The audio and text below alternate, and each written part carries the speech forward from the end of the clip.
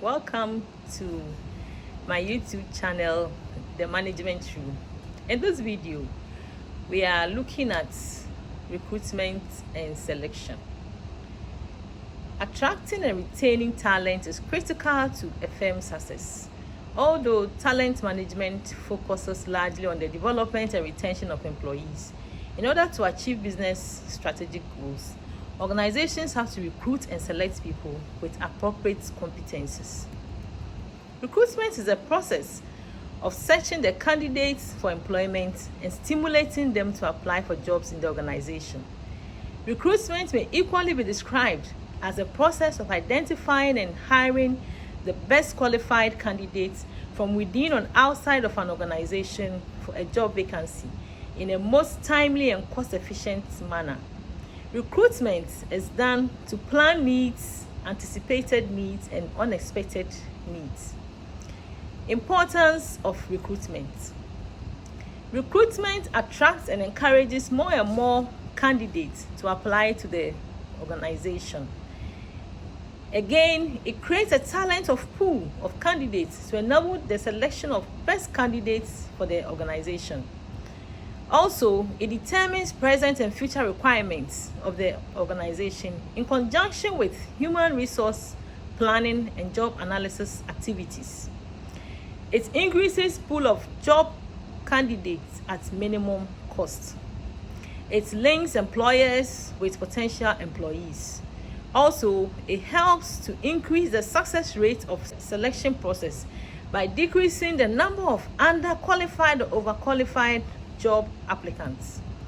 It helps reduce the probability that job applicants, once recruited and selected, will leave the organization only after a short period of time. It helps to meet the organization's legal and social requirements regarding the composition of its workforce. And finally, it begins to identify and prepare potential job applicants who will be appropriate candidates. Now let us look at the aims of recruitment. The aims of recruitment is to attract a pool of suitable candidates for vacant positions. It helps to use a fair process and be able to demonstrate that this process was fair. One of the aims also is to ensure that all recruitment activities contribute to organizational goals and the desired organizational image. Again, to conduct recruitment activities in a cost-effective and efficient manner. Now let us look at the recruitment process. Let us look at the recruitment process. We first begin by defining the role. Then we look at processes to attract applicants. And thirdly, manage the application and selection process. And then finally, to make the appointment. So we see that the recruitment process involves a systematic procedure from the sourcing of the candidates to arranging and conducting the interviews. We can also look at a general recruitment process as follows. 1. Identifying the vacancy. The recruitment process begins with the HR department receiving requisitions for recruitment from any department of the organization. Secondly, they prepare the job description and job specification. Third, locating the sources of required number and the type of employees, usually through advertisements. Fourth, managing the recruitment process, managing the responses. 5. Shortlisting and identifying the prospective employees with required characteristics. 6. Arranging the interviews with the selected candidates. And 7. Conducting the interviews and announcing interview results. The recruitment process is immediately followed by the selection process. Selection involves conducting the final interviews and making decisions and conveying the decisions and issuing the appointment letters. So this takes us through what recruitment is and the selection as well. Now let us look at methods of recruitment. In general, the two methods of recruiting employees are internal and external. Let's look at internal search. Some organizations find it advantageous to train their own employee for all positions beyond the lowest level. Internal searches include transfers, promotions, upgrading, demotion, retired employees, as well as dependents and relatives of deceased employees. The existing talented employees may be given the necessary adequate training so that they can be eligible for promotion to higher position in the organization. This has the advantage of stimulating and preparing for possible transfer or promotion, increasing the morale of the employees, and simplifying selection and placement procedures. A comprehensive program of maintaining human resource inventory and its development will contribute much to the success of an internal recruitment process. Now we look at the external search. An organization may decide to adopt an external search for lower level jobs, for expansion, for positions whose specification cannot be met by the present employees. For external search can be advertisements, employment exchange and agencies, educational institutions, referrals, professional organizations, casual engagements. Other methods of external search can be accepting unsolicited applications, advertise within the locality, advertise on local radio and TV stations, and advertise in the churches as well. We want to look at the sources of recruitment. We have two sources of recruitment: internal sources and external sources. Internal sources, we have previous applicants, present employees, employee referrals, and former employees. All these constitute internal sources through which employees can be sought for recruitment. Then we have the external sources. External sources, we have advertisements, campus recruitment, online recruitment, employment agencies, walk-ins and write-ins, contractors, through acquisitions and mergers, professional associations. These sources also constitute external sources. We want to look at recruitment from within or outside the organization. Certain positions which require special skills and are not found within the organization may necessitate the recruitment from outside. However, if the employees in the organization possess the relevant skills, they can be considered for engagement. Advantages of recruiting from within. Internal competition is generated. Recruitment from within generates internal competition for members to occupy higher level positions, in the sense that when employees know what higher level jobs to be filled with individuals who are already part of the organization, they may be inclined to perform better and more effectively, with the hope that they will earn a promotion one day. Again, morale of employees is boosted.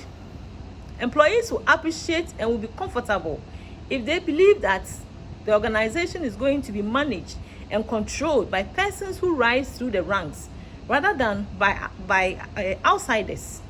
This point may be contested in the sense that in some circumstances, internal promotion may adversely affect morale due to internal bickering among employees. Also, known qualities are assured. When promotions are made from within, it means that managers may be dealing with existing employees whose qualities are known. The individual being considered for promotion has been under observation for a long time, and his or her strengths and limitations may be well known. The effectiveness of the individual, such as commitment, assurances, and trust, can be easily determined. Also, adaptability is easy.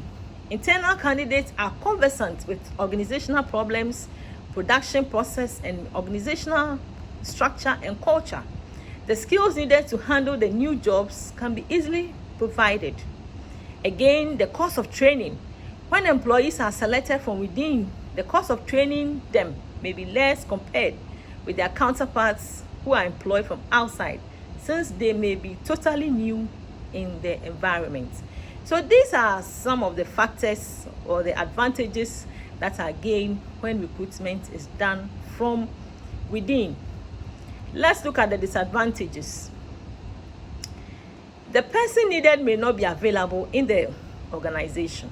The most serious weakness of recruitment from within policy is that the best suitable person for the vacancy may not be found in the organization. However, since it is the policy of the organization to recruit from within, it may select an internal employee who may not be appropriate for the vacant position. Internal candidates may lack sufficient experience, knowledge, management ability, intelligence, or skills in dealing with people. Most organizations may have a flexible policy regarding recruitment by encouraging recruitment from within. So the point is that the person needed may not be available in the organization. Another disadvantage is there will be inbreeding can occur within the organization. Recruitment from within may lead to a problem called inbreeding. Inbreeding may arise when an enterprise tends to stagnate once most, if not all, the managers share the same organizational experience. The problem of inbreeding can be addressed by employing managers with different backgrounds and experience who can bring new ideas and new approaches to bear on the process for attaining organizational goals. Another disadvantage is internal disharmony may be created. In certain circumstances, recruitment from within may create internal disharmony. The various managers may think that they are the best qualified for the vacant positions. If one of them is selected to occupy the position, it is possible for the others to show reluctance to cooperate with him or her. Another disadvantage is the Peter principle, which is a potential limitation of recruitment from within, called Peter principle. The Peter principle holds that most managers may be promoted until they ultimately reach their level of incompetence. Usually, if a manager proves successful in one level, he or she is continually promoted to a higher level until he or she cannot perform effectively any longer. Employees continue to be given more authority until they cannot continue to work competently. Another disadvantage is mediocre personnel. Personnel in the organization may be promoted whilst excellent individuals in the community are not considered. All right, let us look at advantages of recruiting from outside. It may attract candidates for highly specialized positions.